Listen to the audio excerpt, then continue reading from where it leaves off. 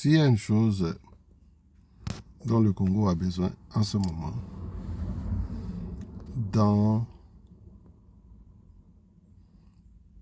le paysage et environnement politique et social, spirituel aujourd'hui, c'est la libération. Et nous devons bien circonscrire cette libération. Et pour moi, dans notre vision avec MCP, Mouvement Congo Paradis, cela est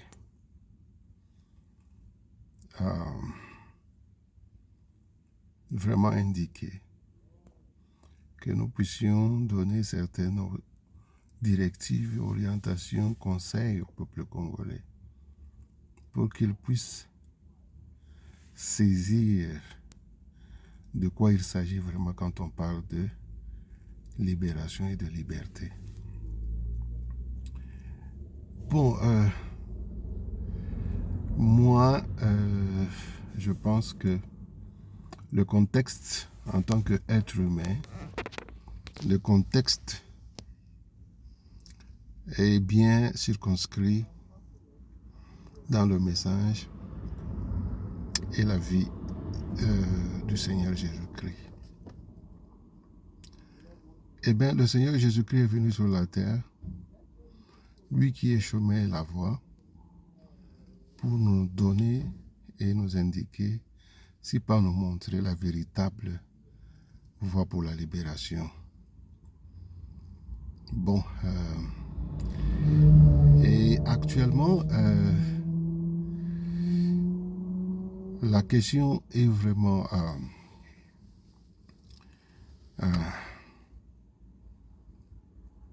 importante dans notre pays, le Congo, avec le débat actuel qui est politique, mais où les uns disent que l'Église ne devrait pas s'occuper de la politique et où on voit des serviteurs d'Église prendre des positions fermes et vouloir donner des directives. Bon, il s'agit de l'être humain, il s'agit de l'humanité et de sa vie, de sa survie. Parce qu'il s'agit de l'être humain, de l'humanité et particulièrement du Congolais. Pour circonscrire ce sujet dans le cas du Congo actuellement, il faudrait qu'on puisse comprendre une chose.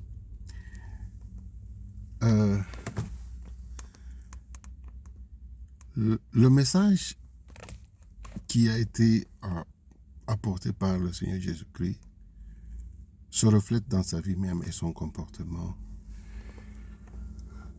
vis-à-vis aux réalités à l'époque que les êtres humains dans leur société vivaient. Eh bien, le comportement de Jésus était sans équivoque. Le Seigneur Jésus-Christ ne s'est pas occupé de la politique. Quand il faut ne pas s'occuper de la politique, la question est de savoir comment est-ce que alors en tant que serviteur d'Église, qu'est-ce qu'il faut faire pour aider l'être humain quand il est dans une situation d'impasse même politique. Qu'est-ce qui vient avant? Quel message lui transmettre quand on est dans une situation politique de confusion où les uns disent, par exemple, il faut changer la Constitution, les autres disent, il ne faut pas changer la Constitution. Eh bien, pour moi, j'aimerais faire réfléchir les Congolais de cette manière-ci. Que oui, il ne faut pas faire de la politique quand on est en train de parler ou de s'adresser surtout aux êtres humains du haut de la chair, à partir d'un lieu sacré comme l'église ou n'est-ce pas, le podium de l'église ou, comment on appelle ça encore? Bon, voilà, pendant un serment de l'église, non. Il ne faut pas. Et l'exemple du Seigneur Jésus est clair. Quand le Seigneur Jésus est entré au temple et qu'il avait constaté qu'il y avait cette dérive, qui est désorientation par rapport à la vérité, eh bien, il s'était retiré de l'église. Il a commencé à prêcher dehors. Et non seulement il a fait ça, quand maintenant les églises sont allées le traduire en justice devant le gouvernement à l'époque, devant Ponce Pilate, le Seigneur Jésus s'était laissé faire, il a obéi aux autorités en place, sans les contredire dans leur action.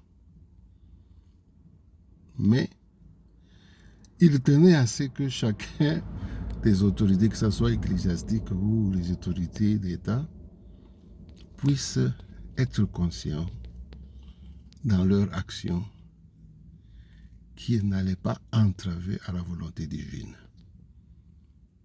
Donc, ils avaient la possibilité et le pouvoir de se conformer, d'agir. Donc, pour le Seigneur Jésus, agir en conformité avec la volonté de Dieu divine, c'était plus important que tout. C'était plus important que la politique. C'était même plus important que les églises.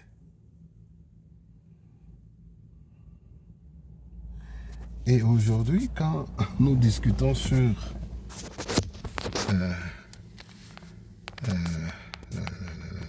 la politique en disant que les églises ne devraient pas parler de la politique, il faut dire aux gens que quand il s'agit de la volonté de Dieu, parce que les uns parlent de la vie éternelle, parce que l'ambiguïté qui est là, c'est que quand on parle de la vie éternelle, on parle alors du royaume des cieux. C'est-à-dire, on parle d'une vie peut-être après la vie, après la mort. Alors que la réalité est plus que ce qu'on a l'habitude d'entendre. Et la réalité, au fait, c'est une exigence de l'être humain de connaître la création et à chaque moment, chaque instant, de vivre en harmonie avec cette création et d'être connecté au pouvoir ou à la force divine qui nous permet de bien faire pour que dans notre vie sur terre ici, on puisse trouver la félicité parce qu'on aura une activité qui est conforme aux lois qui, n'est-ce pas, gère cette création. Donc, à tout moment, l'être humain devrait prendre conscience que son devoir primordial, c'est vivre en harmonie avec les lois qui sont actifs dans la création et de s'ouvrir à la force qui lui donne un véritable pouvoir d'agir avec l'assistance et l'aide que Dieu pourvoit au travers de la création. Ça devrait être l'objectif principal de l'être humain. Parce qu'en vivant ainsi, l'être humain aura atteint son objectif sur la terre, c'est vivre en communion avec la force divine et avec la création. Ainsi, il aura atteint son objectif. C'est-à-dire aussi, au-delà des activités politiques, au-delà des activités de l'Église, ça devrait être une préoccupation principale de l'être humain. préoccupation qui l'aidera alors dans tout ce qu'il fait, que cela soit politique, que cela soit dans les activités dues à sa profession. Donc, une prise de conscience de cette réalité consistera en cette libération dont on parle. Alors qu'aujourd'hui, nous avons affaire à des serviteurs d'église et à des politiciens qui ne permettent pas à l'être humain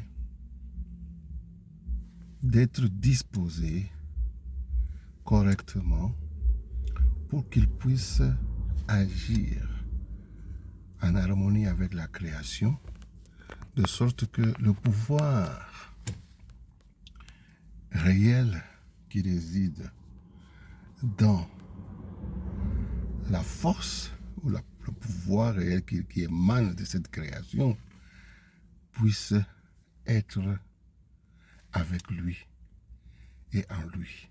C'est cela l'objectif de l'être humain, parce que c'est seulement ainsi qu'il peut remplir ou accomplir sa tâche conformément aux lois et qu'il sera en position requise pour bien faire et bénéficier de toutes les aides que la création lui donne selon la volonté de Dieu.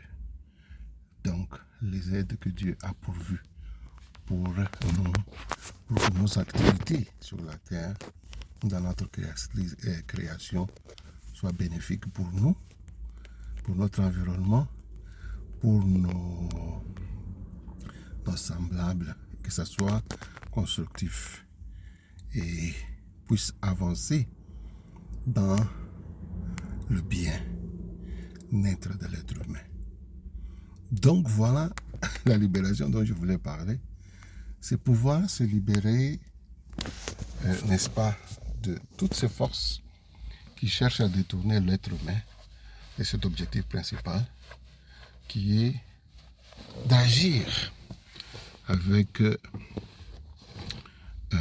en activant le pouvoir qui est en nous, qui est au fait une connexion avec le pouvoir et la force divine qui est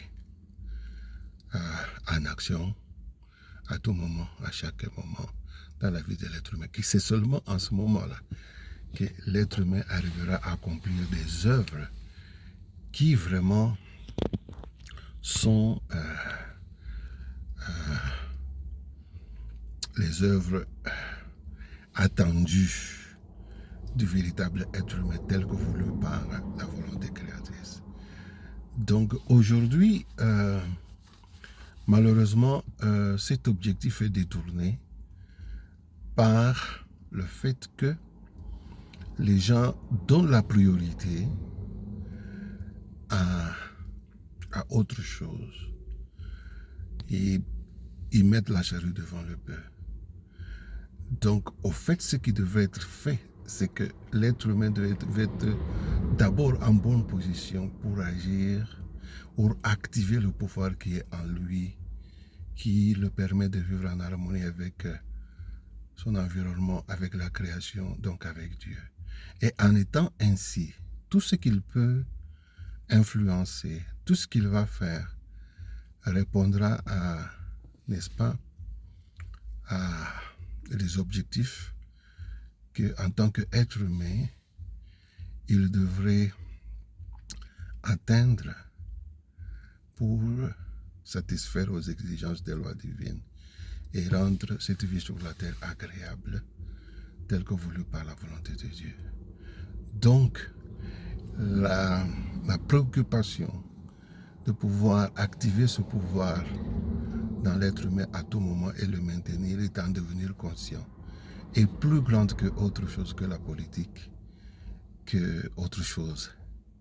Voilà pourquoi les êtres humains, surtout quand il s'agit de parler de la vérité et de parler sur la volonté divine, ne devraient pas s'occuper de la politique, parce que l'activation du pouvoir en l'être humain pour qu'il puisse être connecté à Dieu est plus important et plus grand que le reste. avoir cela, réussir cela dans la vie, nous permettra de réussir dans tout ce que nous ferons. Donc, ça devient une préoccupation sacrée pour l'être humain, qui ne peut pas être compromise par autre chose. C'est pourquoi l'être humain qui est conscient et qui croit et vouloir servir le Créateur devait être averti pour ne pas confondre les choses quand il faut s'adresser aux êtres humains pour les aider dans l'accomplissement de cette tâche, c'est-à-dire l'exercice de prise de conscience sur le pouvoir qui est en vous.